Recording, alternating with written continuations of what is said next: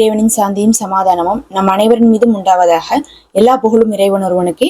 நம்ம தொடர்ந்து நிலவரங்களை பார்த்துட்டு இருக்கோம். இன்னைக்கு வந்திருக்கக்கூடிய சில முக்கியமான தகவலை ஒரு தொகுப்பாக பார்க்கலாம். அதுலயும் பாத்தீங்கன்னா ரொம்ப முக்கியமான விஷயமே இன்னைக்கு 600வது நாளாக இருக்குது. போர் ஆரம்பிச்சு 600 நாளே இப்போது பாலஸ்தீனம் கடந்திருக்கு. ரொம்ப ஒரு சின்ன இடம் தான் சொல்லணும். நம்ம நாடுன்னு சொல்றோம், இருந்தாலும் அது ரொம்ப ஒரு சின்ன இடம் தான். அந்த சின்ன இடத்துல 900 கிலோ அளவுக்கு குண்டுகள் போட்டாங்களாமா இஸ்ரேல் ராணுவம். அத்தனையும் போட்டு கூட 600 நாளாக அவர்கள் போர் செய்யறாங்கன்னா அதுவே ஒரு பெரிய விஷயம். கண்டிப்பா அந்த மக்களுடைய சப்போர்ட் இல்லாம அங்க போர் நடக்கிறதே இல்லைங்கிறதுக்கு இது ஒரு சான்றிதழாக இருக்கு. ஏன்னா அப்பப்ப பாத்தீங்கன்னா ஒரு சில போராளிகள்லாம் கிளப்பினாங்க. இந்த CNN என்ன பண்ணாங்கன்னா, காசால இருக்கக்கூடிய போராளிகளை எதிர்த்து அங்க இருக்கக்கூடிய மக்கள் எல்லாமே என்ன பண்ண ஆரம்பிச்சிட்டாங்க, போராட்டம் செய்ய ஆரம்பிச்சிட்டாங்கன்னு சொன்னாங்க. ஆனா அதான் உண்மையான்னு கேட்டா அது உண்மையா இருந்திருந்தா 600 நாளாக இந்த போரே என்ன பண்ணிருக்காது, கடத்தப்பட்டிருக்காது. 600 நாள் இந்த போர் நடந்திருக்குன்னா எத்தனை பேர்த்து அவங்க இழந்திருப்பாங்க, எத்தனையோ பேர்த்தை அவங்க இழந்திருக்காங்க. நமக்கு தெரிஞ்சு பொதுமக்கள் மட்டுமே 75,000 பேர் இழக்கப்பட்டிருக்காங்க. ஆனா அது இல்லாம எத்தனை தலைவர்கள் இறந்திருப்பாங்கன்னு யோசிச்சு பாருங்க.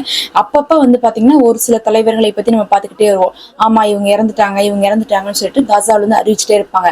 ஆனா அவங்களெல்லாம் ஒரு லிஸ்டா எடுத்து பாத்தீங்கன்னா கண்டிப்பா தலைவர்களே நூத்துக்கணக்கான பேர் நம்ம இழந்திருக்கோம். பார்க்க போனா இதுலதான் பாத்தீங்கன்னா ஈரானுடைய அதிபர் ரைசி அவர்கள் ஒரு விபத்துல இறந்தாங்க. இது இஸ்ரேலுடைய தாக்குதல் கிடையாது, இருந்தாலும் ஒரு விபத்துல ரைசி அவர்கள் இறந்தாங்க. அப்துல்லா அவர்கள் இறந்தாங்க. அவங்க கூட போன முக்கியமான ஒரு 10 பேர் இறந்தாங்க. இப்படி எல்லாம் பார்க்கும்போது இந்த போர் ஆரம்பிச்சதுல இருந்து யாரெல்லாம் இதுக்கு சொந்தக்காரங்களாக இதுக்கு உதவி செய்யக்கூடியவர்களாக இருக்காங்களோ அவங்க எல்லாம் நிறைய பேர் இறந்திருக்காங்க. இந்த பக்கம் பார்த்தோம்னா சின்வார் அவர்கள் இறந்தாங்க. அதே மாதிரி இஸ்மாயில் ஹனியா அவர்கள், அவங்களுடைய குடும்பத்தினர்னு சொல்லிட்டு அதுவும் அவர்களுடைய 3 மகன்களையும் அவர் உயிரோட இருக்கும் போதே பாத்தீங்கன்னா இறந்திருப்பாரு. இந்த மாதிரி நிறைய பேர் இப்ப ரீசெண்டா கூட பார்க்கும்போது தைஃப் அவர்கள் இறந்தாங்க. அதுக்கப்புறம் சின்வார் அவர்களுடைய கடைசி தம்பி இறந்தாங்க. அதே மாதிரி முகமது அம்சா அவர்கள் இறந்தாங்க. அவங்க பாத்தீங்கன்னா எப்படி அபு உபைதா அவர்கள் ஊடக பேச்சாளராக இருக்காங்களோ அதே மாதிரி அம்சா அவர்களும் ஊடக பேச்சாளராக இருந்தாங்க. அவங்க குடும்பத்தோட இறந்தாங்க. இந்த மாதிரி நிறைய செய்திகளை கேட்டிருப்போம். 600 நாள்ல அவங்களுடைய தியாகம் அப்படிங்கிறது ரொம்ப பெருசு.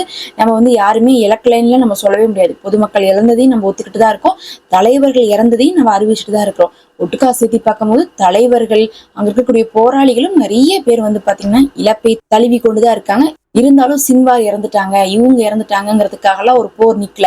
நம்ம இவங்களெல்லாம் சொன்னோம் பாருங்க, லெபனான்ல இருக்கிறவங்கள மறந்துட்டோம். கண்டிப்பா நஸ்ருல்லா அவர்களை எல்லாம் நம்ம நிச்சயமா நினைவுபடுத்தியே ஆகணும்.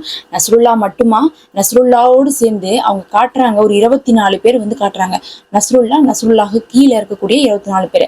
அதுல பாத்தீங்கன்னா 20 பேர் இறந்துட்டாங்க. அப்படிலாம் பார்க்கும்போது லெபனான்ல பெரும்பாலான தலைவர்கள் பாத்தீங்கன்னா இந்த போர்ல கொல்லப்பட்டிருக்காங்க.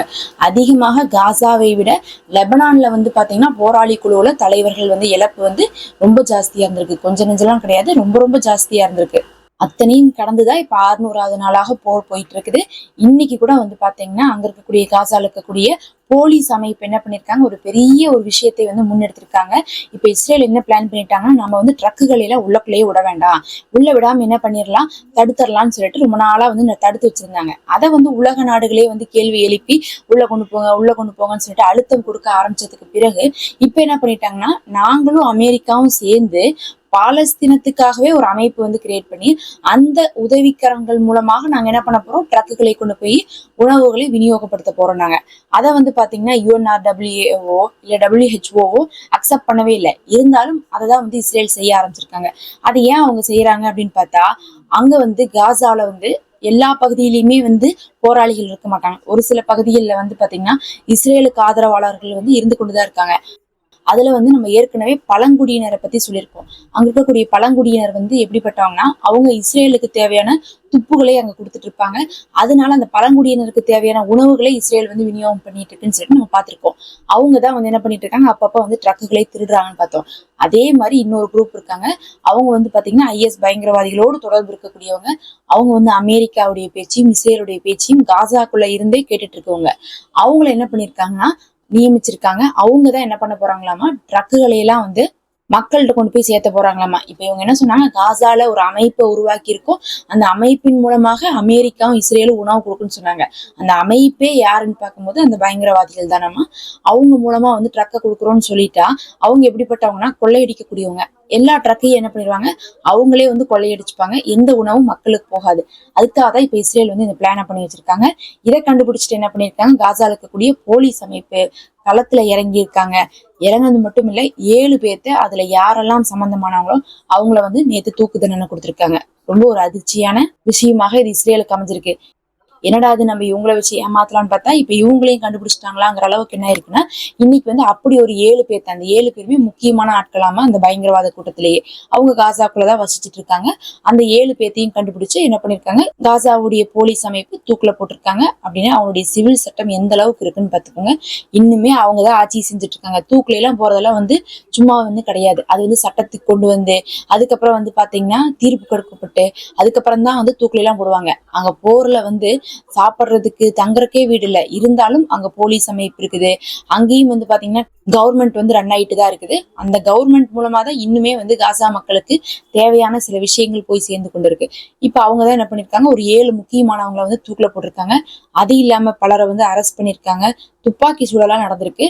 இது வந்து பார்த்தா இஸ்ரேலுக்கே வந்து ஒரு மரண இடியாக வந்து மாறி இருக்குது.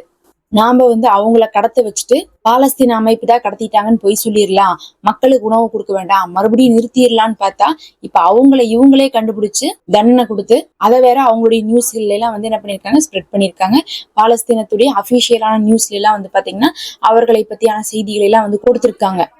இது ஒன்னே போதும், இன்னைக்கு கூட வந்து எந்த அளவுக்கு வந்து இஸ்ரேலுக்கு சர்ப்ரைஸ் கொடுக்குற அளவுக்கான அடியை கொடுக்கறதுக்கு பாலஸ்தீனத்துல இருக்கக்கூடிய போராளிகளாகட்டும் அங்க இருக்கக்கூடிய போலீஸ் அமைப்பாகட்டும் தயாராக இருக்கிறாங்கன்னு நம்ம தெரிஞ்சுக்கலாம். இது இல்லாம இந்த போர் நிறுத்தத்தை பத்தி பேசிட்டு இருந்தாங்க. அமெரிக்காவை பொறுத்தளவுக்கு 2 மாசம் போர் நிறுத்தம் வருது. அதுக்கப்புறம் வந்து பாத்தீங்கன்னா நிரந்தர நிறுத்தமாக அதை வந்து பேச்சுவார்த்தையை வந்து நாங்க நீட்டிப்போம்னு சொல்லியிருக்காங்க. ஆனா இதை இஸ்ரேல் ஒத்துக்கிறாங்களான்னு கேட்டா அன்னைக்கே சொல்லியிருந்தாங்க இஸ்ரேல் வந்து நாங்க இதுல விருப்பம் தெரிவிக்கல, நாங்க ஒத்துக்க மாட்டோம்னு சொல்லியிருந்தாங்க. இருந்தாலும் வந்து பாத்தீங்கன்னா அமெரிக்கா மறுபடியும் இன்னைக்கும் என்ன பண்ணிருக்காங்க, பேச்சுவார்த்தையை கண்டினியூ பண்ணிருக்காங்க. இந்த இடத்துல வந்து அமெரிக்கா வந்து ஒரு பேச்சுவார்த்தைக்கு போய் முடிவு பண்ணதுக்கு பிறகும் இஸ்ரேல் அந்த போரை நிறுத்தாம இருந்தா அமெரிக்காவுக்கும் இஸ்ரேலுக்கு நடுவே சண்டை வரும். கடைசிக்கு அந்த ஒரு விஷயம் நடந்துட்டா கூட வந்து பாத்தீங்கன்னா ஒரு பெரிய பிளஸ்ஸா தான் இருக்கும். ஏன்னா முதல்லாம் வந்து ஐரோப்பிய நாடுகள் வந்து இஸ்ரேலுக்கு சப்போர்ட் பண்ணிட்டு இருந்தாங்க. இப்ப ஒரு ஐரோப்பிய நாடுகள் கூட இஸ்ரேலுக்கு சப்போர்ட் பண்றதுக்கு இல்ல, இந்த அமெரிக்கா மட்டும்தான் இருந்துட்டு இருக்குது.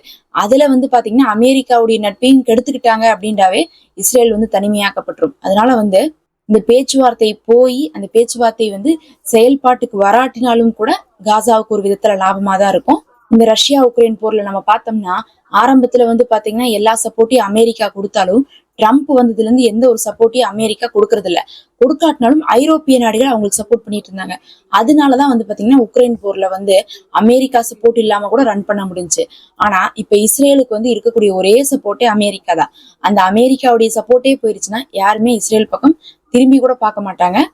இதனால அங்க இருக்கக்கூடிய எதிர்கட்சி தலைவர்களே வந்து இஸ்ரேல்ல என்ன சொல்லிட்டு இருக்காங்கன்னா, நீங்க போற நிறுத்துங்க, அமெரிக்கா ஒரு பேச்சுவார்த்தைக்கு போயிருக்காங்கன்னா அதுக்கு கட்டுப்படுங்க, நம்ம ஏற்கனவே தோல்விதான் வந்து அடைஞ்சிட்டு இருக்கோம், இதுக்கு மேல நம்மளை வந்து எந்த நாடுகளுமே தனிமைப்படுத்த கூடாது, ஏற்கனவே ஐரோப்பிய நாடுகள் உட்பட பல நாடுகள் நம்மளை தனிமைப்படுத்திட்டாங்க, காசா தான் வெற்றி இலக்கை நோக்கி போய் கொண்டிருக்கு, நீங்க வெறும் கட்டிடங்களையும் பொதுமக்களையும் தான் அழிச்சிருக்கீங்க, மத்தபடி அவங்களுடைய எந்த விஷயத்தையும் நீங்க அழிக்கல, இதுக்கு மேல போர் செய்யாமல் இருக்கிறது நமக்கு நல்லது, அமெரிக்காவுடைய நட்பை வந்து கெடுத்துக்காதீங்கன்னு சொல்லிட்டு இன்னைக்கு பலரும் வந்து இஸ்ரேலுக்குள்ள இருந்து நெத்தனியாவுக்கு வந்து அழுத்தத்தை கொடுத்துட்டு இருக்காங்க. இறைவனே போதுமானவன்.